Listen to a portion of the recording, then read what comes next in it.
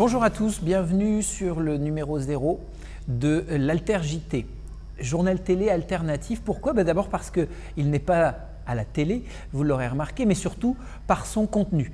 Nous nous efforcerons chaque semaine de vous parler des résistances qui se déroulent en France, ailleurs, et puis aussi de ces alternatives qui passent assez peu à la télévision, mais qui montrent pourtant qu'un autre monde est possible dès aujourd'hui. Il sera également question de l'information des autres, l'information dominante, que nous traiterons, mais avec un point de vue bien sûr radicalement différent, vu d'en bas, vu de ceux qui justement luttent, résistent, essaient de faire en sorte que les choses changent. Dans ce premier journal télé alternatif, il sera question de solidarité internationale avec la Palestine et la campagne boycott, désinvestissement, sanctions. Il sera également question de la mobilisation contre une menace persistante dont il est cette fois pas du tout question ailleurs, l'arme nucléaire. C'était l'anniversaire d'Hiroshima et Nagasaki cet été il s'est passé des choses assez intéressantes sur Paris dont il sera question dans un instant.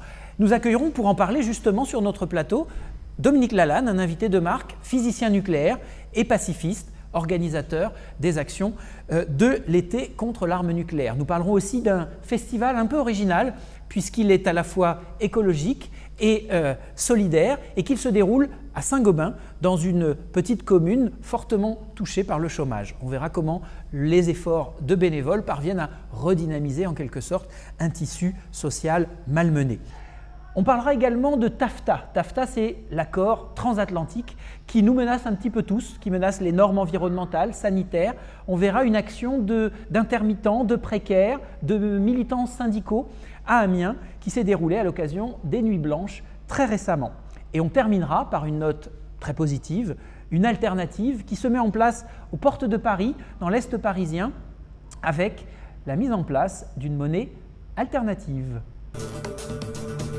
Il y a quelques années, à l'initiative de la société civile palestinienne, était lancé un appel à boycotter les produits israéliens pour tenter de peser sur l'économie israélienne et la politique de ce pays à l'encontre des Palestiniens. Dans le cadre de cette campagne internationale, sur le modèle de ce qui s'était fait dans les années 70 contre l'apartheid sud-africain, des militants ont décidé de réagir en France à la diffusion par France Télévisions, notre service public de la télévision, à la diffusion d'un spot publicitaire pour vanter les mérites d'un produit israélien justement fabriqué dans les colonies palestiniennes. Nous sommes rassemblés devant les locaux de la direction nationale de France Télévisions. Nous, c'est la campagne BDS. Pas de service public au service de l'apartheid. Donc nous faisons partie de la campagne boycott des investissements sanctions, qui est une campagne dont l'objectif c'est de mettre fin à la politique israélienne d'apartheid, de d'épuration ethnique contre le peuple palestinien, de dépossession du peuple palestinien. Cette campagne est plus que jamais d'actualité depuis les derniers massacres à Gaza, tant qu'Israël bénéficie d'une impunité sur la scène internationale. Alors, ces massacres se reproduiront périodiquement. Alors, Israël continuera sa politique d'épuration ethnique, de dépossession du peuple palestinien. Encore à l'heure actuelle, dans les émissions de télévision de France Télévisions, il y a de la publicité pour l'entreprise SodaStream. C'est une entreprise qui est implantée dans les territoires palestiniens occupés et qui a pour projet de s'installer dans le Negev où des bédouins palestiniens sont en train d'être expulsés.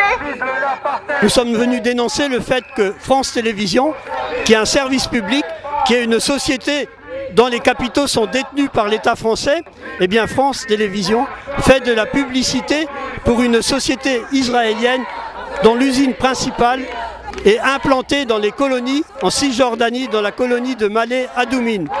Cette implantation est contraire aux lois internationales qui interdisent la colonisation, qui interdisent d'exploiter les ressources d'un autre peuple.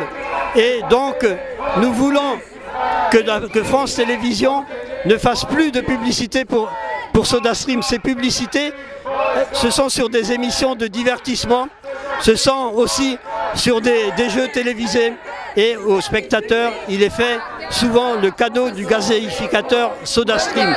Boycott, SodaStream. Israël. SodaStream. Israël. La seule arme qu'on a aujourd'hui, c'est de boycotter, car ça finance directement la destruction d'un peuple. Ce qui se passe en Palestine est absolument intolérable. Avec Aubervilliers, nous avions déjà exprimé le soutien au peuple palestinien et notre soutien face au massacre qu'ils vivaient, la dignité dans laquelle ils vivent déjà depuis 1946. Ça fait déjà plus de 68 ans que cette colonisation a commencé. Pas de pub pour SodaStream. Vous avez probablement entendu parler du soutien de la vedette américaine Scarlett Johansson, qui a accepté d'être l'égérie de cette société SodaStream. Où notre sponsor SodaStream fabrique des machines à gaz unifiées. Réponse A, dans la colonie de Maléadomé. Réponse B, dans la colonie de Maléadomé. Réponse C, dans la colonie de Maléadomé. Depuis la mobilisation contre SodaStream, il y a eu de nombreuses victoires. Il y a beaucoup de magasins qui ont retiré les produits SodaStream de leurs rayons, que ce soit en Irlande, que ce soit dans les pays du nord de l'Europe, que ce soit dans la chaîne anglaise Lewis et même au Japon. Il a été décidé de ne pas inaugurer un nouveau local au service de SodaStream. Deuxième question. Savez-vous que les terres de Palestine sont volées, les habitants agressés, dépossédés, volés, kidnappés par l'État d'Israël qui colonise? Vous pouvez répéter, s'il vous plaît? Nous avons appris par la chaîne de télévision israélienne que SodaStream allait se retirer de Ma'ale-Adumim, allait donc se retirer des colonies. Ça peut être d'un côté considéré comme une victoire. Imaginez-vous où maintenant va être relocalisée la nouvelle usine. Sur les terres volées aux Bédouins du Negev. Le Negev, c'est une autre face de la politique de dépossession du peuple palestinien. Nous n'accepterons pas plus SodaStream dans le Negev, sur les terres volées aux Bédouins, que nous n'avons accepté SodaStream en Cisjordanie. Cette campagne, elle est à l'image du boycott qui avait contribué à mettre fin à l'apartheid en Afrique du Sud. Et nous continuerons cette campagne jusqu'à ce qu'Israël respecte le droit international. On n'oublie pas. Les 6 et 9 août 1945 explosaient à Hiroshima et Nagasaki, au Japon, les 2 premières bombes nucléaires de l'histoire de l'humanité, causant près de 200 000 morts. Chaque année, pour commémorer cet événement, des militants pacifistes se réunissent à Paris et mènent des actions pour mettre les autorités françaises devant leurs responsabilités au moment où justement elles développent de nouveaux armements nucléaires avec notamment la Grande-Bretagne.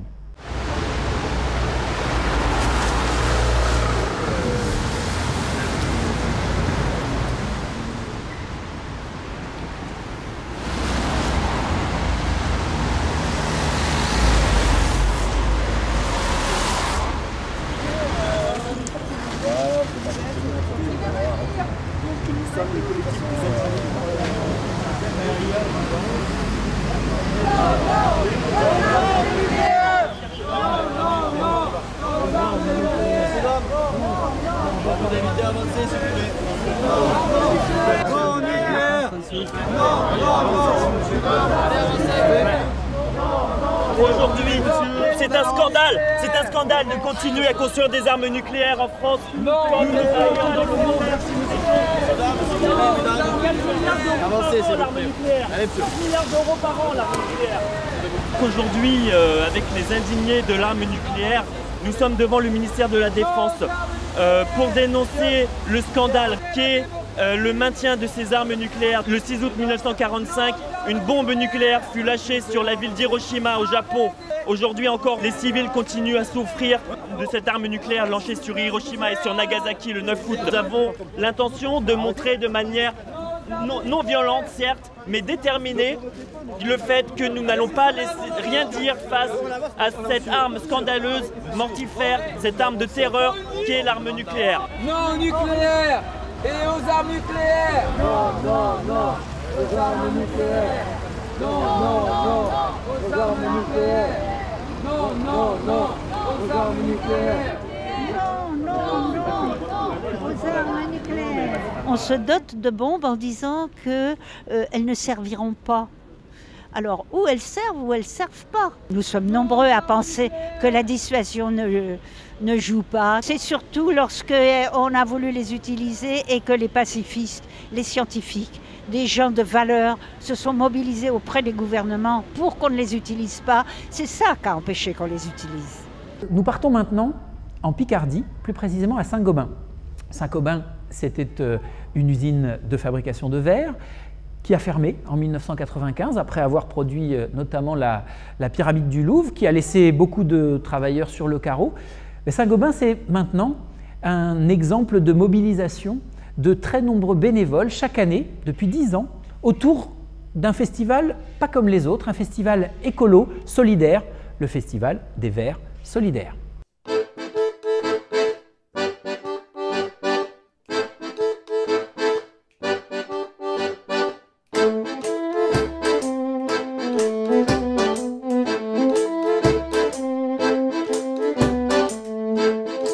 C'est né d'un groupe de copains qui avaient envie de faire un événement dans leur village. Ils ont du coup commencé à faire un petit festival avec de la musique. Et puis finalement, dans 10 ans après, ça a grossi. Il y a maintenant des conférences, des ateliers, un village associatif qui est mis en place. Il y a un village aussi qui accueille les enfants.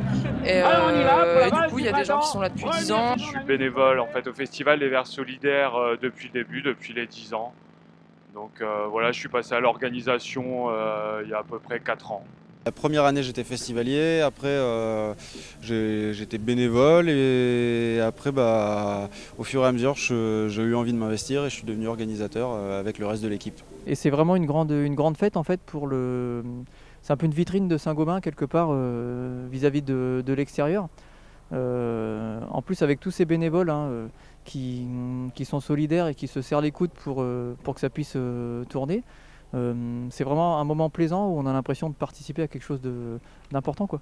Je suis déjà venue plusieurs fois, mais là c'est réellement la première année que je suis bénévole à 100%. Je suis bénévole depuis hier, c'est la première fois que je viens. C'est surtout l'ambiance, la rencontre avec les gens qui viennent de différents endroits. Ça fait la 3e année, j'ai connu ça par ma fille, qui était bénévole et qui m'a fait découvrir les Verres Solidaires. Il y a plus de 200 bénévoles cette année. Il y a une grande partie des bénévoles qui sont des locaux, donc des gens de Saint-Gobain ou des gens des alentours, des copains des copains. Il y a toutes les générations. Les plus jeunes, ils ont une dizaine d'années et les plus vieux, ils en ont une bonne grosse soixantaine, quoi. Donc du coup, ça fait un mélange de générations super.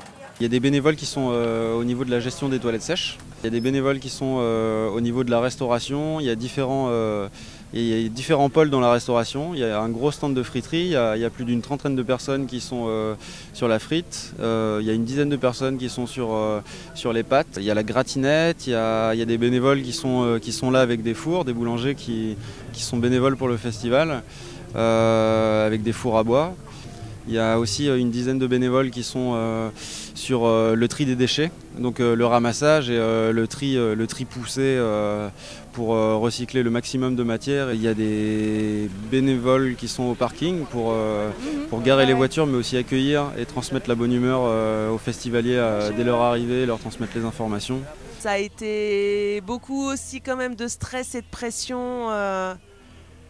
Le montage, ça s'est bien passé, à part qu'on s'est pris beaucoup de pluie sur le nez, mais l'organisation, on l'avait bien préparée en amont. Du coup, cette année, pour moi, j'ai pas de recul sur les années précédentes, mais pour moi, cette année, ça tourne, quoi. Et c'était bien.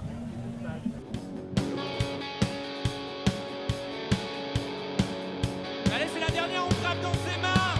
Allez! Allez!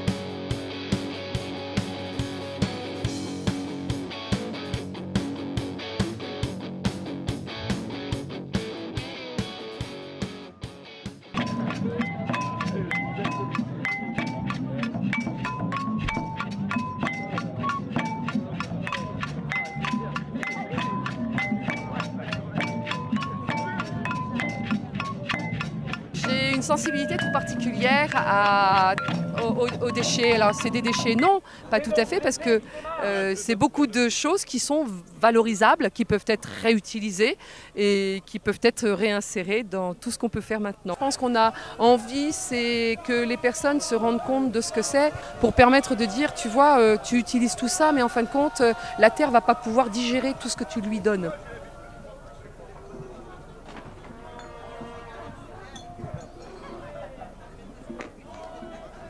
On a trouvé des bouteilles, des canettes, des bouteilles en Coca-Cola, des lingettes, des chaussettes.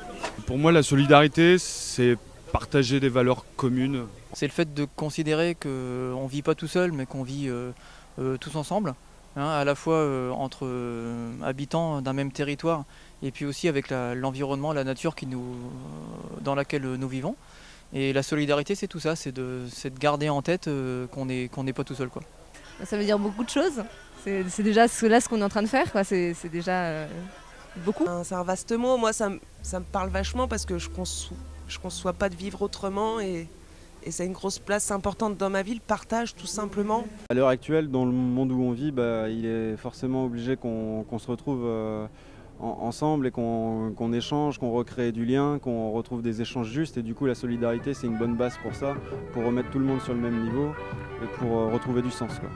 On essaye un peu d'ouvrir des pistes, de réfléchir à des pistes pour réenchanter le monde et retrouver un sens à notre avenir collectif en tant qu'humain et en tant que pour la Terre, quoi.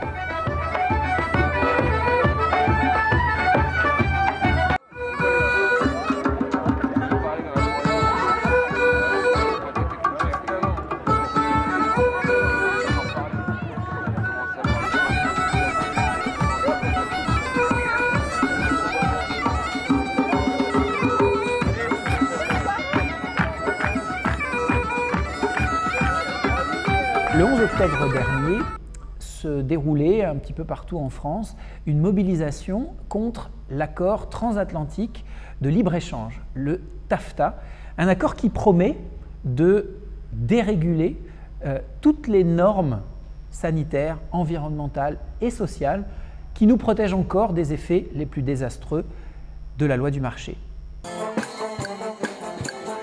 Samedi 11 octobre, dans la grande rue piétonne d'Amiens, le CIP, le collectif des intermittents et précaires, Solidaire 80 ainsi que les Désobéissants ont organisé une performance artistique de réappropriation de l'espace public. L'idée c'était de faire une déambulation, de se réapproprier l'espace public sur la rue piétonne d'Amiens, qui est une grande surface commerciale comme tous les centres-villes en France. Et on a collé nos supports, quoi. Ça fait 1 mois et demi que c'est en préparation, plusieurs réunions, plusieurs ateliers où on a fait des affiches sur des cartons. On avait 120 cartons là, des 1 mètre, 1 mètre sur 1 mètre.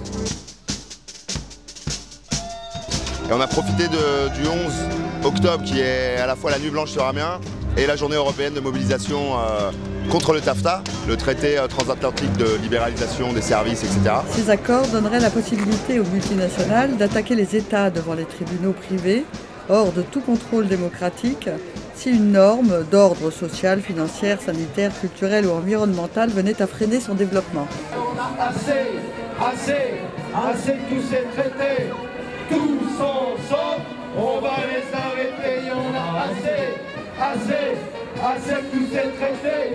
C'est le pouvoir total aux multinationales. Je crois qu'on peut être assez satisfait de la mobilisation aujourd'hui. On était plusieurs milliers à Paris, alors on était 4 000, 3 000, on verra. C'est en tout cas la plus grosse mobilisation qu'il y a eu sur ces traités de libre-échange depuis le début de la mobilisation il y a 1 an. Je crois qu'on était des dizaines de milliers aujourd'hui de citoyens en Europe et outre-Atlantique à se mobiliser contre le TAFTA, mais aussi contre l'accord UE-Canada, le CETA, et contre le TISA, l'accord plurilatéral sur les services, à dire non au traité des multinationales, à dénoncer l'opacité de ces négociations et la mainmise des multinationales sur tout le processus de décision. Et on vous appelle surtout à continuer au quotidien la mobilisation au niveau local, dans les universités, dans les facs, à interpeller vos élus localement, à continuer la campagne des collectivités locales hors TAFTA, à faire signer les pétitions et à continuer à alimenter le débat public jusqu'à l'arrêt de ces négociations.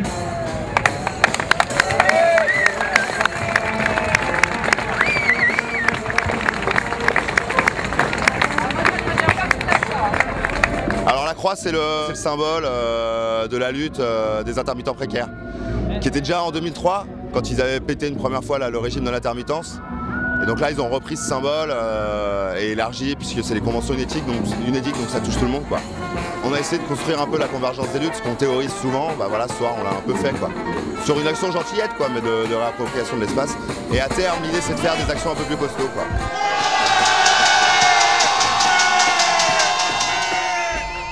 Une autre façon de résister, c'est aussi de créer des alternatives. Et c'est justement ce qu'ont décidé de faire un certain nombre de citoyens de Montreuil, une petite commune de l'est de la banlieue parisienne, qui mettent en place, ces jours-ci, une monnaie locale, la pêche.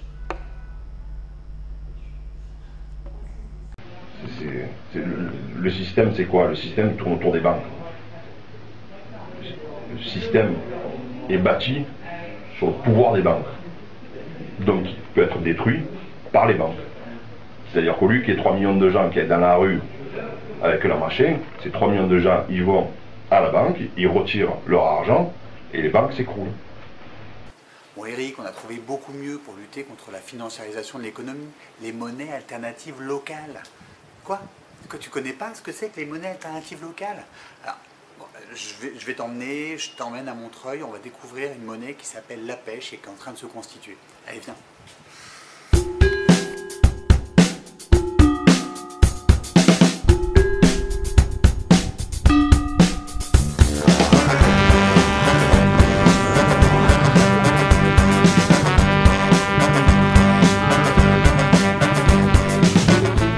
Donc Montreuil en transition, en fait, c'est un mouvement citoyen qui est né il y a quelques années sur Montreuil et qui fait partie du grand projet de réflexion qui s'appelle Ville en transition, qui s'intéresse à des questions d'agriculture, d'écologie, de recyclage, de tri des déchets et de monnaie locale. On va démarcher les commerçants et ensuite, à partir du moment où les commerçants acceptent d'utiliser la pêche, des habitants adhèrent à l'association Pêche-Monnaie Locale et peuvent échanger leurs euros contre des pêches.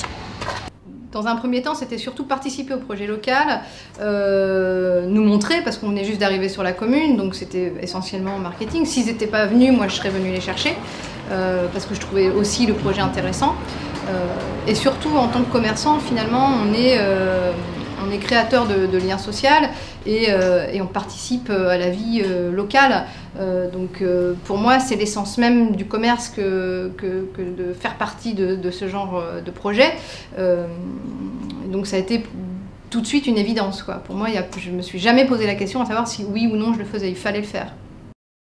Et au fond, moi je dis souvent que l'espoir que suscitent ces initiatives de monnaie locale complémentaire, il est sûrement à la mesure de la place démesurée que prend la monnaie dans nos sociétés. Alors Eric, convaincu, hein? Et oui, en 2014, on peut créer des nouvelles monnaies. Hein?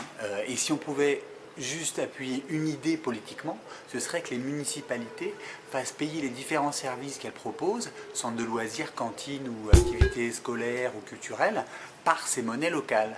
Et oui, ce serait intéressant. Allez, à bientôt!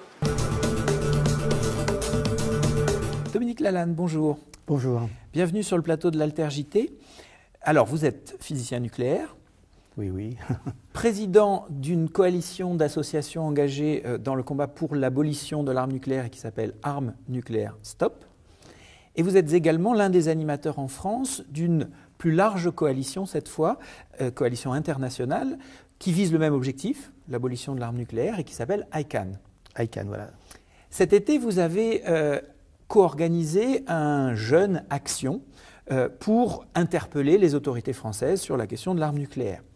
Nous allons voir en images un reportage sur ce qui s'est passé au mois d'août cette année, et puis nous nous en servirons en quelque sorte pour approfondir avec vous le sujet de l'arme nucléaire. En images, tout de suite.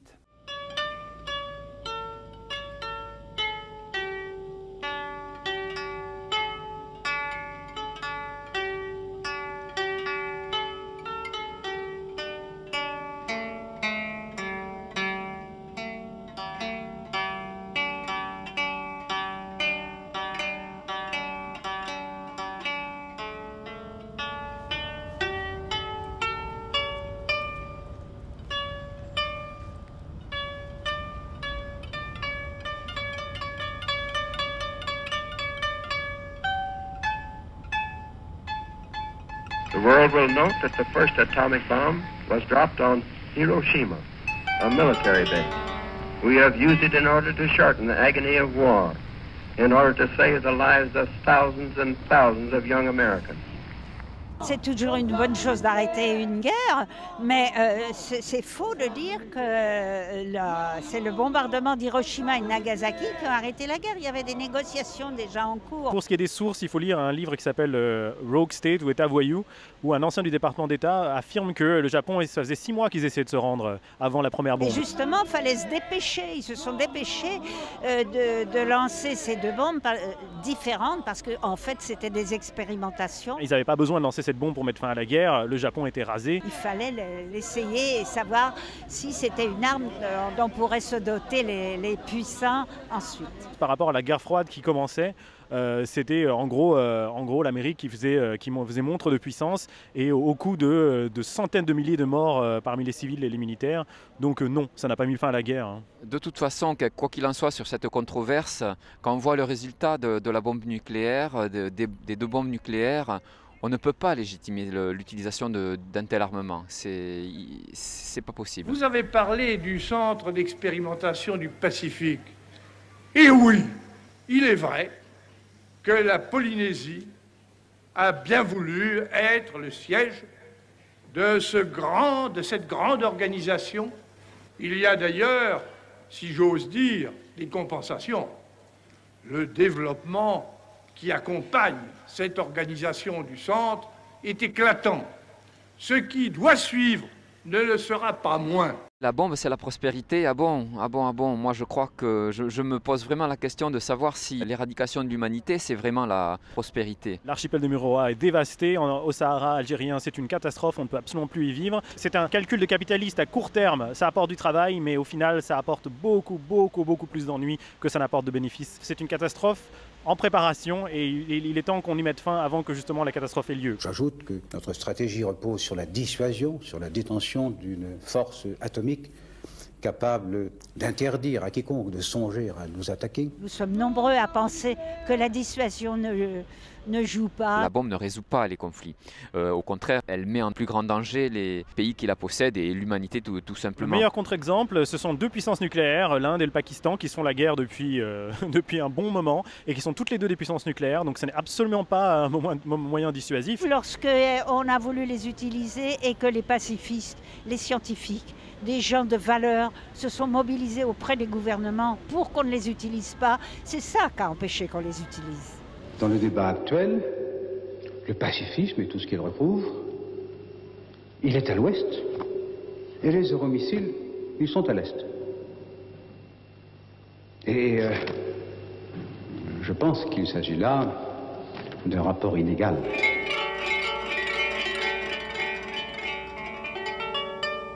Cette recherche, soi-disant, de l'équilibre des forces pour maintenir la paix ne peut mener qu'à une escalade dangereuse et mortifère et qui ne peut déboucher que sur la catastrophe. Donc non. J'ai estimé que nous pouvons assurer la sécurité de l'Amérique et de nos alliés et maintenir une dissuasion stratégique forte et crédible, tout en réduisant d'un tiers nos arsenaux nucléaires stratégiques. J'ai l'intention de rechercher des réductions négociées avec la Russie. On peut fantasmer sur les conditions des prises de décision par des sages qui sont entourés de conseillers dans un bureau hyper protégé, calmement, posément, mais ce n'est pas du tout le cas. En 1962, Arkhipov, dans son sous-marin nucléaire, était dans une atmosphère étouffante. Il a pris la difficile décision de ne pas répliquer à ce qu'il croyait une attaque américaine. La bombe ne rend pas passage. Le fait déjà de préparer une bombe, de la fabriquer, de la stocker, c'est justement un signe justement de manque de sagesse. On ne peut pas confier à des humains, aussi grands soient-ils, entre guillemets, du destin de l'humanité. Nous devons de façon simultanée développer notre économie et notre force nucléaire. Au vu de la situation actuelle, nous devons créer une force nucléaire dissuasive face aux impérialistes qui nous menacent avec leurs armes nucléaires. Les grandes puissances économiques mondiales et militaires ont la bombe atomique et maintenant Maintenant, l'erreur fondamentale faite par les pays émergents, c'est de penser qu'avoir une voix, c'est d'imiter ces gens-là. Bien sûr, c'est pouvoir jouer dans la cour des grands, puisque c'est une intimidation. C'est une impasse, quoi. Donc c'est une énorme erreur de chercher le pouvoir à travers ce moyen-là. Surtout à notre époque où les petits conflits se multiplient de par le monde et où l'utilisation de l'arme nucléaire n'a aucune logique. Ça leur coûte tellement cher par rapport au développement qu'ils ont à faire pour leur population.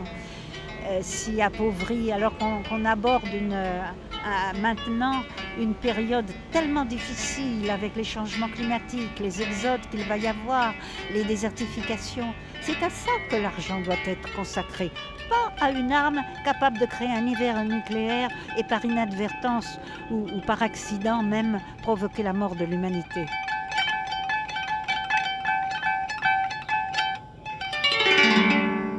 Dominique Lalanne. Alors, on vient de voir ce reportage sur ce qui s'est passé cet été. C'était au moment de la commémoration des 6 et 9 août 1945, le bombardement d'Hiroshima et de Nagasaki. Est-ce que vous pouvez nous dire un petit mot d'abord sur ce qu'est véritablement une arme nucléaire? Pourquoi est-ce que c'est une arme radicalement différente des autres? Alors, c'est une arme radicalement différente des autres pour plusieurs raisons. D'abord à cause de la puissance. La puissance, c'est des milliers, voire des dizaines de milliers de fois la puissance d'une bombe classique. Donc, comme on l'a vu sur les images, Hiroshima est complètement rasé, vitrifié, calciné.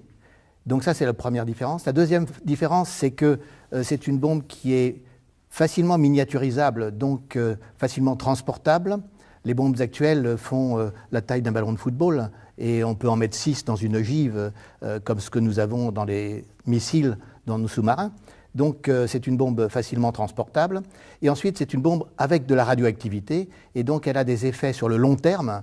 La place à Hiroshima où a explosé la bombe est maintenant bétonnée pour qu'on ne reste pas de façon longue parce qu'elle est radioactive. Au Sahara, tous les essais que nous avons faits ont rendu toute la zone radioactive. Et ensuite, même sur le très long terme, à cause des retombées radioactives, les générations suivantes peuvent être impliquées dans des effets génétiques.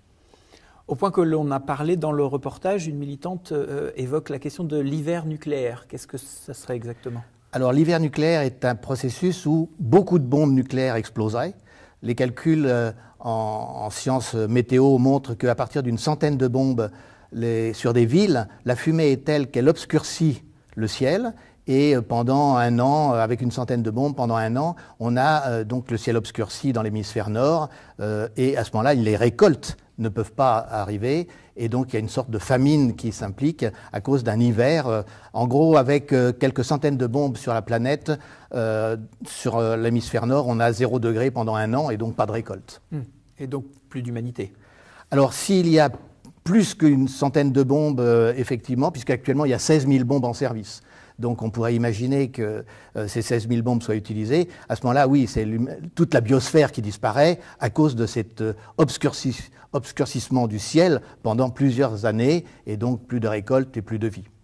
Alors 16 000 bombes nucléaires en opération dans le monde, on est encore resté sur, peut-être avec nos spectateurs, sur des schémas de guerre froide. C'est toujours la Russie et les États-Unis qui ont l'essentiel des bombes. Oui. C'est 95% des bombes sont soit russes, soit américaines, mais la France en a 300, la Chine en a 250. Donc, si vous voulez, c'est vrai qu'il y a 9 pays actuellement qui ont des bombes nucléaires prêtes à servir, et l'hiver nucléaire, une guerre nucléaire pourrait démarrer avec n'importe lequel de ces 9 pays. Donc, le risque d'accident, d'erreur ou de conflit nucléaire est réel à cause de cette multiplication des États nucléaires. 9 pays qui ont la bombe, et on parle aussi d'États au seuil, c'est-à-dire qui sont sur le point d'avoir la bombe, voilà, qui peut-être l'ont sans l'avoir déclaré. Voilà, à partir du moment où vous avez un réacteur nucléaire, comme ceux qu'on a en France, chaque année vous pouvez faire une vingtaine de bombes avec ce réacteur, avec le plutonium qui est extrait. Donc tous les pays qui ont des réacteurs nucléaires chez eux sont potentiellement des acteurs de la dissémination nucléaire. Et donc, au niveau international, on a répertorié 40 pays qui sont au seuil, c'est-à-dire 40 pays qui sont prêts en quelques années à faire des armes nucléaires. 40 pays. Donc un risque démesuré que quelqu'un un jour appuie sur le bouton, évidemment. Oui, absolument. Alors, Dominique Lalanne, vous êtes physicien nucléaire. Vous venez de parler à l'instant de plutonium. L'arme nucléaire, ce n'est pas une question plutôt d'uranium ou c'est... Alors il y a deux solutions pour faire une bombe. Il y a l'uranium, en extrayant la partie fissile, c'est-à-dire celle qui peut faire la bombe ou peut faire marcher un réacteur nucléaire, qui est l'uranium 235. Et ça, avec une usine d'enrichissement, ça s'appelle des usines avec des centrifuges. Des centrifugeuses. Voilà. Donc, si vous voulez, avec ces usines-là, on peut faire, avec 1000 centrifugeuses, on peut faire une bombe par an. L'Iran en a plusieurs milliers, c'est pour ça que la communauté internationale est préoccupée par l'Iran. Donc, il y a cette technique avec l'uranium, et il y a une autre technique avec le plutonium qui est fabriqué dans un réacteur. Et avec 5 kg de plutonium ou 11 kg d'uranium, on peut faire une bombe. Le plutonium, c'est le déchet de la combustion de l'uranium dans les centrales. Oui, alors vous appelez ça déchet, les physiciens appellent ça un produit nouveau, puisque le plutonium n'existe pas dans la nature, il faut le fabriquer dans un réacteur nucléaire. D'accord. Donc, tout pays qui est doté de réacteurs nucléaires, au prétexte de se fournir en électricité, peut potentiellement, pourvu qu'il ait le nombre de centrifugeuses nécessaires, enrichir son combustible au point de créer des bombes. C'est ce que vous êtes en train de nous dire. Voilà, c'est ça. Avec des centrifugeuses ou avec un réacteur nucléaire, vous pouvez faire une bombe nucléaire. Il n'y a pas besoin d'un réacteur nucléaire, uniquement, vous avez raison, avec des centrifugeuses, on peut extraire le plutonium 235, mais avec un réacteur nucléaire, vous avez suffisamment de plutonium aussi, en ayant un traitement chimique du combustible usé de ce réacteur, vous avez la possibilité de faire une bombe. D'accord, parce que une bombe nucléaire, c'est d'abord une amorce chimique, c'est-à-dire un explosif conventionnel auquel on a ajouté soit de l'uranium, voilà, soit du plutonium. Voilà, si vous voulez, il y a plusieurs, ce qu'on appelle des étages dans une bombe nucléaire. Le premier étage, c'est classique, c'est de l'explosif pour rapprocher de façon très brutale les deux moitiés de plutonium ou d'uranium. Quand vous avez ce qu'on appelle la masse critique, qui est atteinte, c'est 5 kg de plutonium ou 11 kg d'uranium, à ce moment-là, ça explose nucléairement. Ça, c'est ce qu'on appelle le deuxième étage, c'était la bombe d'Hiroshima ou de Nagasaki. Et maintenant, on a un troisième étage possible avec ce qu'on appelle l'hydrogène, deutérium ou tritium, parce que c'est des isotopes de l'hydrogène. Et à ce moment-là, avec la chaleur de la bombe nucléaire à plutonium ou uranium, vous amorcez une bombe nucléaire, thermonucléaire, avec l'hydrogène. Et à ce moment-là, vous pouvez multiplier la puissance par 10, 100, voire 1000. On parlait de la situation dans le monde, d'un certain nombre de pays, une quarantaine au seuil, 9 détenteurs officiels de l'arme nucléaire. En France, vous avez évoqué la détention de 300 bombes nucléaires, c'est ça ? 300 bombes pour les Français, oui, oui. Et alors, qu'est-ce que c'est un petit peu l'histoire et la composition de l'arme nucléaire en France? L'histoire nucléaire de la France est très ancienne. Et maintenant, la dissuasion nucléaire a une doctrine officielle qui est une doctrine de non-emploi, ce qui est paradoxal, mais non-emploi avec la possibilité quand même de bombarder des villes pour dissuader un ennemi éventuel. Donc, si vous voulez, il y a la contradiction complète. On ne l'emploie pas, mais on est prêt à l'employer. Et on a toujours cette volonté de montrer qu'on est très prêt à l'employer avec des des Rafales, qui sont prêts à expédier cette bombe sur des sites où, officiellement, est détenu le pouvoir. Alors, ça, c'est une question vraiment importante. C'est l'argument utilisé en général par les partisans de l'arme nucléaire. Ce serait une arme destinée à ne pas servir, une arme de non-emploi, une arme de dissuasion. On menacerait en quelque sorte le reste du monde, un adversaire potentiel, d'une destruction totale, quand bien même il serait le premier à tirer. C'est bien ça. Même s'il n'est pas le premier à tirer, d'ailleurs, dans la doctrine française, on pourrait utiliser l'arme nucléaire pour régler des problèmes de survie pour la France, c'est-à-dire par exemple l'approvisionnement en pétrole, ou si nos intérêts vitaux, voilà le vocabulaire exact, si nos intérêts vitaux sont menacés, on peut utiliser une arme nucléaire. Et donc on peut imaginer une crise mondiale où on menace de frappe nucléaire, et on frappe éventuellement, pour crédibiliser la dissuasion. C'est même extraordinaire dans le langage politique actuel, c'est que si la dissuasion n'est plus valable, il faut utiliser une arme nucléaire pour crédibiliser la dissuasion. Donc on est dans la folie suprême. Ouais. on est dans un mensonge d'une arme qui est faite pour ne pas servir, mais qui aurait besoin de servir pour montrer qu'elle... Bon, effectivement. Alors, vous avez parlé de 300 bombes nucléaires. Pour que l'on ait les précisions, ce sont principalement des missiles nucléaires tirés de sous-marins, mais aussi des bombes qui sont sur des avions, c'est ça? Voilà, c'est ça. Il y a deux composantes en France, la composante sous-marine et la composante aéroportée.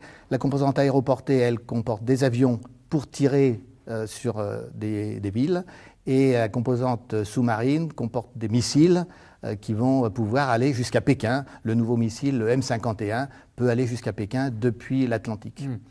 Alors, vous avez cité les villes, on parle effectivement parfois de dissuasion anticipée. Ça veut dire que l'on prend en otage des populations entières? Oui, c'est une prise d'otage qui, d'ailleurs, au niveau mondial, se répercute par une mentalité générale de la prise d'otage, du terrorisme. À partir du moment où la doctrine de certains États, c'est le terrorisme et la prise d'otage, il ne faut pas s'étonner qu'il y en ait d'autres qui fassent ça au niveau artisanal. Effectivement. On est vraiment dans une forme de terrorisme d'État, absolument.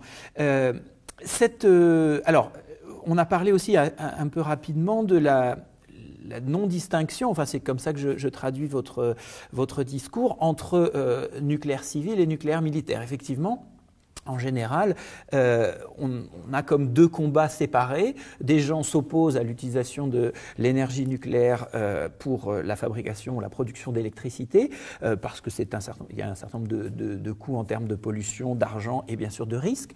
Et puis d'autres, comme vous, sont engagés plus spécialement peut-être sur la question de l'arme nucléaire, dont on a dit que finalement elle reposait un petit peu sur les mêmes installations et les mêmes matériaux. Alors est-ce que la distinction nucléaire civil, nucléaire militaire est une illusion?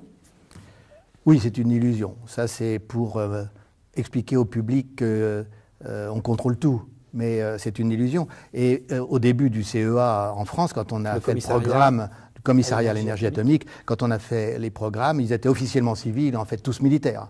Donc avec nos premiers réacteurs, on n'avait qu'un seul but, c'est de faire du plutonium, les réacteurs du CEA. Donc c'est une illusion totale. Ce qui se passe, c'est qu'on a développé après le nucléaire civil pour essayer de rentabiliser un peu nos connaissances sur le nucléaire militaire. C'est pour ça qu'on a autant de réacteurs en France qui n'ont pas tous la vocation de faire du plutonium militaire, bien évidemment, puisqu'on a des réacteurs beaucoup plus performants pour faire du plutonium militaire. Et en plus, on a déjà notre stock de plutonium militaire. Donc, mais le lien est évident. Quand on va vendre un réacteur nucléaire à un pays, on sait très bien qu'il y a sous la table la possibilité de faire une bombe. D'accord. Est-ce qu'on peut aussi avoir une idée de l'occupation géographique, en quelque sorte, du nucléaire militaire? Concentrons-nous sur celui-là, en France. Parce qu'on a parlé de sous-marins, donc ça peut paraître assez loin. Les sous-marins, par définition, ils sont en train de tourner autour du monde sous l'eau. Mais vous avez également parlé d'avions porteurs de bombes. Est-ce qu'on peut avoir quelques mots sur les endroits où ça se joue en France? Les endroits clés où ça se joue, c'est essentiellement dans la recherche près de Bordeaux avec le laser mégajoule, qui est un gros laboratoire fait pour avoir des bombes dans le futur à fusion pure avec uniquement de l'hydrogène. Ça serait la grande nouveauté qui permettrait de faire des bombes beaucoup plus performantes en termes militaires. Et ensuite, il y a des laboratoires qui entretiennent les armes nucléaires, comme à Val-Duc près de Dijon. Donc toutes les bombes nucléaires font des allers-retours en camion pour aller s'entretenir à Dijon. Donc, les armes nucléaires, elles sont dans les sous-marins, c'est-à-dire à Brest, et puis à Istres sur la Méditerranée pour la composante aéroportée. Donc, on a plusieurs activités en France qui impliquent des transports, qui impliquent des maniements de bombes. Et évidemment, tout ça, c'est aussi relié à ce qui est fait dans la région parisienne, avec les calculs faits sur des nouveaux programmes, sur des nouveaux calculateurs pour prévoir des modernisations d'armes nucléaires. Donc on est dans une situation où non seulement il faut entretenir nos bombes, mais en plus prévoir une modernisation. Et le Sénat, dans un rapport récent, qui date de 2 ans, a prévu que ces modernisations allaient jusqu'en 2070. Alors, c'est très riche ce que vous nous apprenez là. D'abord, moi j'entends un risque important pour les populations puisque vous parlez de transport incessant entre des sites qui sont quand même assez éloignés les uns des autres. Vous avez parlé de la Bretagne, je crois savoir que c'est l'île Longue. Voilà, c'est près de Brest, absolument. Voilà, près de Brest. Et puis vous avez parlé de Dijon, vous avez parlé de Paris pour ce qui est des calculateurs. C'est là aussi qu'il y a le bouton rouge, le poste de commandement. Oui, c'est le président qui a le bouton rouge et qui peut déclencher son feu nucléaire quand il veut. Concrètement, si le président décide d'appuyer sur ce bouton ou de déclencher en tout cas le feu nucléaire, de combien de minutes disposons-nous pour nous mettre tous à l'abri? Il n'y a pas d'abri, il n'y a pas d'abri. Bien sûr, il n'y a pas d'abri. Non. En France, on dispose d'un peu de temps, c'est-à-dire éventuellement quelques heures, parce qu'on peut imaginer que le bouton rouge, que le sous-marin n'est pas immédiatement prêt. Le délai en France est prévu de quelques heures. Mais aux États-Unis, c'est quelques minutes, parce que les bombes nucléaires américaines comme russes sont vulnérables à une frappe, à une première frappe. Et donc, avant que les missiles atteignent les lieux des stockages nucléaires, il faut intervenir avec des représailles. Et donc le temps d'alerte, c'est une dizaine de minutes. Et donc il peut y avoir un signal radar qui soit mal interprété et enclencher une contre-attaque. Ça s'est déjà produit, on a failli passer au bord de l'apocalypse plusieurs fois déjà, à cause de fausses informations, où les États-Unis, comme les Russes, ont cru être attaqués et ont déclenché la procédure de mise à feu. Et cette procédure de mise à feu prend quelques minutes. Et on est passé plusieurs fois depuis 70 ans à côté de la guerre nucléaire par erreur. Donc on est vraiment encore, à l'heure actuelle et en dépit de la fin de la guerre froide, à quelques minutes, à 10 minutes peut-être, d'une apocalypse potentielle. Une dizaine de minutes, oui. Et même un expert du CEA, comme Georges Le Gelt, qui est un expert géostratégique du CEA, tire la sonnette d'alarme en disant « c'est absurde d'avoir des armes nucléaires à cause du risque d'erreur, d'accident ». Il y a évidemment le risque de folie, un dirigeant qui décide une guerre nucléaire parce qu'il est fou, mais le risque d'erreur et d'accident est très grand actuellement et on peut avoir une guerre nucléaire par erreur. Bon, de quoi faire réfléchir pas mal, de quoi peut-être provoquer l'engagement. Alors, on va maintenant essayer de passer à un volet plus optimiste. Dans le reportage, il était fait mention du travail des pacifistes qui avaient, à certains moments de l'histoire, pu peser sur les décisions belliqueuses de nos dirigeants pour les dissuader, pour le coup, d'utiliser l'arme nucléaire. Où est-ce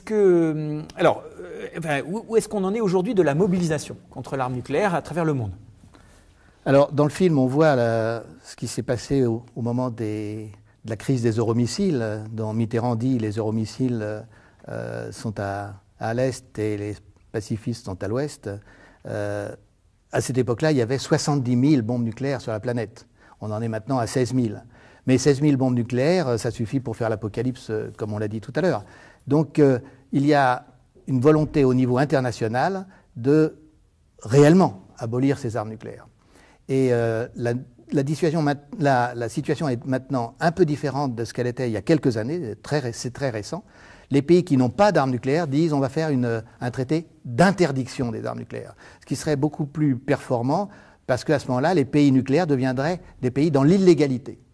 Et donc, ça ferait une pression importante pour supprimer les armes nucléaires. Parce que les réductions dont a parlé Obama dans le petit film qu'on a vu à l'instant, c'est des réductions pour, d'une certaine façon, gérer mieux l'arsenal. Mais ce n'est absolument pas des réductions pour éliminer les armes nucléaires. Il le dit d'ailleurs de façon claire. C'est de l'hypocrisie, en effet. Vous évoquez la possibilité d'un traité d'interdiction de l'arme nucléaire. Le statut actuel de l'arme nucléaire, c'est qu'elle est gérée, plus ou moins, encadrée en tout cas juridiquement, par un traité de non-prolifération. Est-ce qu'on peut en dire un mot? Parce que la France est signataire, comme la plupart des pays de cette planète. Voilà, la France est signataire d'un traité de non-prolifération, mais ce n'est pas un traité d'interdiction. Et donc, c'est toute la différence. Et ensuite, ce traité de non-prolifération permet aux pays nucléaires de moderniser. C'est la folie complète. C'est le seul traité international qui fait deux poids, deux mesures. Les pays qui ont l'arme nucléaire peuvent moderniser, et les pays qui n'ont pas d'arme nucléaire, l'arme nucléaire leur est interdite. Donc il y a 2 poids 2 mesures au niveau international. Ce qui permet, nous, de moderniser avec le mégajoule, ce qui permet à un certain nombre de pays de continuer comme les États-Unis et la Russie, et aux autres pays qui, en principe, leur interdit l'accès. Le laser mégajoule, vous l'avez cité à plusieurs reprises, c'est à côté de Bordeaux, au BARP. Voilà. De quoi s'agit-il exactement? Parce qu'on ne va pas faire des essais nucléaires comme on a vu avec le champignon atomique. Non, ce sont des essais qui sont confinés dans un laboratoire, qui font non pas des milliers de tonnes de TNT, mais quelques kilos de TNT, mais ce sont des vraies explosions nucléaires. Donc en principe, le traité d'interdiction des essais que la France a signé devrait interdire ces essais-là. Mais la France, comme beaucoup d'autres pays, ne respecte pas au pied de la lettre, ni dans l'esprit, les traités qu'elle signe. Donc on continue ces essais-là dans l'idée de faire des bombes nucléaires à hydrogène pur, avec un déclenchement laser. C'est totalement, à mon avis, irréaliste parce que le laser mégajoule à Bordeaux, c'est un laboratoire qui fait 300 mètres de long, c'est des tirs de laser, 240 lasers qui fonctionnent en même temps, avec au milliardième de seconde près. Donc c'est une technologie qui me semble totalement irréaliste dans la situation actuelle de mettre dans une bombe. Mais la recherche officiellement, c'est pour des nouvelles bombes nucléaires. On salue au passage les militants qui se mobilisent contre la construction du laser mégajoule. Qui doit faire ses premiers tirs en ce moment, à la fin de l'année 2014. Et dont on ose imaginer le coût que cette technologie, cette débauche de technologie... 7 milliards. 7 milliards. 7 milliards dans un pays qui dit ne plus avoir d'argent pour le chômage et la maladie et les autres fléaux sociaux. Alors, on évoque pas mal de sujets assez denses. Vous parlez de... Pardon de revenir un peu sur la technique, mais de bombes à fusion pure, ça veut dire qu'on envisage de créer des bombes qui se passeraient complètement et d'uranium et de plutonium. C'est bien ça. Ça. Et l'objectif étant quoi? D'éviter la radioactivité ou d'avoir une bombe à la puissance modulable? Voilà, ça permet d'avoir une bombe de puissance totalement modulable. Tandis qu'avec l'uranium ou le plutonium, on a l'effet de ce qu'on appelle la masse critique, c'est-à-dire que vous ne pouvez pas faire une bombe petite. Vous êtes forcément dans un dimensionnement de bombes, typiquement Hiroshima, voire un dixième d'Hiroshima pour des bombes plus tactiques, mais ce sont forcément des très grosses bombes et dont l'emploi est donc difficile pour les militaires. Et une petite bombe à fusion pure permettrait de détruire une usine ou au contraire de faire des bombes extrêmement puissantes, comme les bombes les plus puissantes actuellement, sont toutes avec un processus de fusion. Des bombes plus petites, quel en est l'intérêt puisqu'on a déjà des bombes conventionnelles? Une utilisation de terrain. Non, la bombe conventionnelle ne va pas au-delà de la dizaine de tonnes de TNT. Donc, si vous voulez, pour les militaires, entre 10 tonnes et 500 tonnes, il y a un vide. D'accord. Donc, c'est la perspective effrayante de rendre encore plus utilisable l'arme nucléaire. Absolument. Parce qu'en effet, il y a aussi, dans la dimension d'utilisation de la bombe nucléaire, par sa puissance complètement démesurée, l'idée peut-être que les opinions publiques n'accepteraient pas l'utilisation par leur gouvernement, si tant est que celui-ci se préoccupe un chouïa de l'opinion publique, de cette arme. Donc si on la rendait moins puissante, probablement que son degré d'acceptabilité dans l'opinion publique serait augmenté. Oui.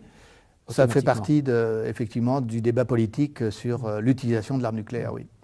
Alors, pour revenir aux mobilisations contre l'arme nucléaire, vous avez évoqué le fait qu'on a assisté à un décroît assez net quand même du nombre d'armes nucléaires, mais que l'on en a toujours 16 000 et que c'est largement de quoi détruire la planète. Qu'en effet, les États ne souhaitent en fait pas se passer de l'arme nucléaire, mais simplement la maîtriser mieux. Que peuvent faire justement les opinions publiques et les militants en particulier?